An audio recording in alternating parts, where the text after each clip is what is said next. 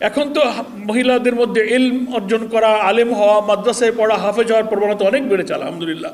আমরা এখন পিতা হয়েছি, আমাদের এখন ঘরে মা আছে, সন্তানের মা বাবা আমরা। আমাদের সন্তানদের লালন পালনের ক্ষেত্রে আসমা খালাম্মা আমাদের জন্য সোর্স অফ ইন্সপিরেশন, প্রেরণার উৎস হয়ে থাকবেন। যে একজন মা একটা পরিবার সন্তানকে কীভাবে তৈরি করেছে। তা আমির জামাত আমাকে বলছিলেন যে দেখো আমার বৌমা তো খুব অসুস্থ, ক্যান্সারে আক্রান্ত, ডাক্তার তার সব কিছু দেখে ডাক্তারদের একটা অ্যাজাম্পশান, তার শেষ সময় সম্পর্কে একটা আইডিয়া আমাদেরকে দিয়েছে। তা আমি খুব বিস্মিত হলাম যে উনি পিঠা, এত সুন্দর সুন্দর আপ্যায়নের জন্য খাদ্য, পিঠা, নাস্তা পানি এমন আনতে লাগলেন, এবং দেওয়ার সময় আমির জামাত বলছেন মামুন ভাই নিজে হাতে এনে দিচ্ছিলেন যে এগুলো আমার মা মুন্নির নিজে হাতে তৈরি করা। তখন আমি ভাবলাম যার মৃত্যুর ব্যাপারে পরিবারের মধ্যে একটা মাইন্ডসেট হয়ে আছে, ক্যান্সারে আক্রান্ত রোগী, সে আমাদের জন্য এত মেহমানদারির আয়োজন করলো।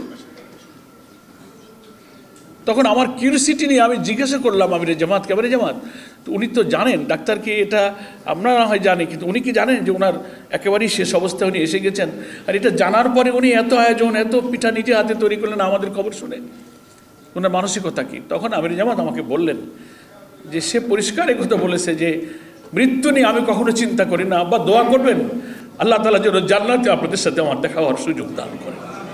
এই যে তার আত্মিক আখিরাতের ব্যাপারে তার হৃদয়, মন, আমল এবং ইখলাসের যে স্বচ্ছতা কত হইলে পরে মৃত্যুকে তিনি পরোয়া করেননি, তিনি জান্নাতের কি পরিমাণ তীব্র আকাঙ্ক্ষী হতে পারেন।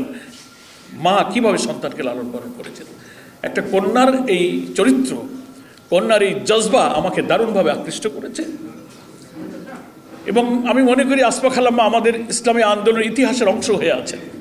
একটা তো হচ্ছে যে মহিলা আন্দোলনে মহিলা বিভাগের প্রথম তিনি সেক্রেটারি, দ্বিতীয় জাতীয় সংসদে যে মহিলারা প্রতিনিধিত্ব করতে পারে, প্রথম সংসদ সদস্যদের দুইজন 91-এর পার্লামেন্টে, আমি তখন এমপি ছিলাম না, কিন্তু আমার খুব কৌতূহল ছিল।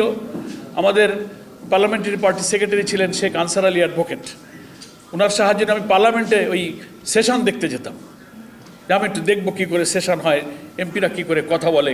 আমাদের এমপিদের তখন তো ভালো মৌলানা আব্দুল সোবহান সাহেব, আমাদের সাবেক আমির মৌলানা মতিউর রহমান নিজামী সাহেব অনেক তখন ওই পার্লামেন্টে ছিলেন। তো আমার দেখার সুযোগ হলো যে আসমা খালা আমার বক্তব্য আমি শুনলাম, এত দৃঢ় একজন মহিলা নেকাব সহকারে দাঁড়িয়ে পার্লামেন্টে কি বলিষ্ঠ, কি যুক্তিপূর্ণ তথ্য দিয়ে তিনি যে বিশাল পার্লামেন্টের হাউজের মধ্যে বক্তব্য রাখছেন। আলহামদুলিল্লাহ, ইতিহাসের তিনি অংশ হয়ে থাকবেন। এরপরেও আমাদের মহিলা প্রতিনিধিত্ব হয়েছে পার্লামেন্টে 2001-এও। সেই জন্য আমার ইসলামী আন্দোলনে তিনি যে অবদান রেখে গেছেন আর শিক্ষা দিয়ে গেছেন যে সন্তানদের পালন করা আর আত্মীয় স্বজন বিয়ে শাদী দেওয়ার ব্যাপারে, নিজের ছেলে মেয়েদেরকে বিয়ে শাদী কীভাবে করাতে হবে। মামুন ভাইয়ের কাছে তো গল্প শুনলেন, আর আমরা আগের থেকে ওটা অনুভব করি যে দিনকে প্রাধান্য দেওয়া আত্মীয়তার ব্যাপারে, এটা আমরা আজকাল অনেকে দিতে পারি না। বলতে অসুবিধা নেই, যেহেতু আমরা ঘরোয়া কথা বলছি, বলি মুখে হাদিসের 4টা গুণের কথা বলি, দিনকে প্রাধান্য দাও সেটাও আবার বলি, কিন্তু নিজেরা যখন পছন্দ করতে যাই ওইটা তখন আর 1 নম্বরে থাকে না, অন্য কিছু 1 নম্বর তালাশ করি। কিন্তু খালাম্মার কাছ থেকে এটা আমরা শিখেছি যে তিনি তার সন্তানদেরকে বিয়ে শাদীর ব্যাপারে আলোচনা প্রস্তাবনায় তিনি দিনকেই প্রাধান্য দিয়েছেন আলহামদুলিল্লাহ। যে কারণে তার সব সন্তানরা যেখানেই আছেন দিনের আন্দোলনের সামনের কাতারেই আছেন আলহামদুলিল্লাহ, ছেলে এবং মেয়ে। এসব শিক্ষা আমাদের মা আমাদের কাছে দিয়ে গেছেন।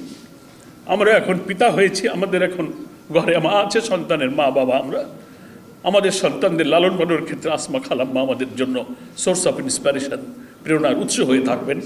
এবং আমার মনে হয় এগুলোই আল্লাহ তাআলা যদি কবুল করেন, মানবীয় ভুল ত্রুটির ঊর্ধ্বে আমরা কেউ নই। আল্লাহ তাআলা তার অনেক নেকআমল। এবং এখন তো মহিলাদের মধ্যে ইলম অর্জন করা, আলেম হওয়া, মাদ্রাসায় পড়া, হাফেজ হওয়ার প্রবণতা অনেক বেড়েছে আলহামদুলিল্লাহ। কিন্তু যে যুগে খালাম্মা হাফেজ ছিলেন ওই সময় শুনে মানুষ আগ্রহ, আরে উনি হাফেজা। আমরা শুনি তো অবাক যে উনি হাফেজা, উনি জামাতের মহিলা বিভাগের সেক্রেটারি, উনি এমপি। এসব বিস্ময়, এসব ইতিহাসের অংশ আমাদের আম্মা আমাদেরকে করে গেছেন। এগুলো যে কত সহজ, ইখলাস থাকলে, চেষ্টা থাকলে যে আল্লাহ এগুলো দেন মানুষকে, এটা তিনি আমাদের কাছে উদাহরণ। তাই আসুন আমরা, আল্লাহ তাআলা আমাদেরকে দিনের পথে রেখেছেন, এই পরিবার থেকে, এই আম্মা থেকে আমরা যেন দিনের প্রেরণা উৎসাহ গ্রহণ করি।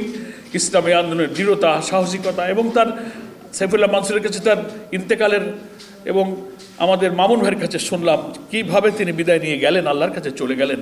এতে একেবারে নেক বান্দির আল্লাহর কাছে যাওয়ার, নেক মানুষের আলামত, যেটা আল্লাহ তাআলা কোরআনে বলছেন, ইয়া আইয়াতুহান নাফসুল মুতমাইন্নাহ ইরজিই ইলা রাব্বিকি রাদিয়াতাম মারদিয়াহ ফাদখুলি ফি ইবাদি ওয়াদখুলি জান্নাতি। এরকম নফসে মুতমাইন্নার অধিকারী যারা হয় তাদেরই এরকম নেক মানুষের মতো রবের সান্নিধ্যে যাত্রা হয়। আল্লাহ তাআলা এরকম নেক জীবন এবং নেক শেষ পরিণতি আমাদেরকে দান করুন। আমাদের আম্মাকে জান্নাতুল ফেরদাউসে উচ্চ মর্যাদা দান করুন। দুনিয়ার সমস্ত নেক খেদমতগুলো কবুল করুন, গুনাহ খাতাগুলোকে মাফ করে দিন। আল্লাহুম্মা আমিন। আসসালামু আলাইকুম ওয়া রাহমাতুল্লাহি ওয়া বারাকাতুহু।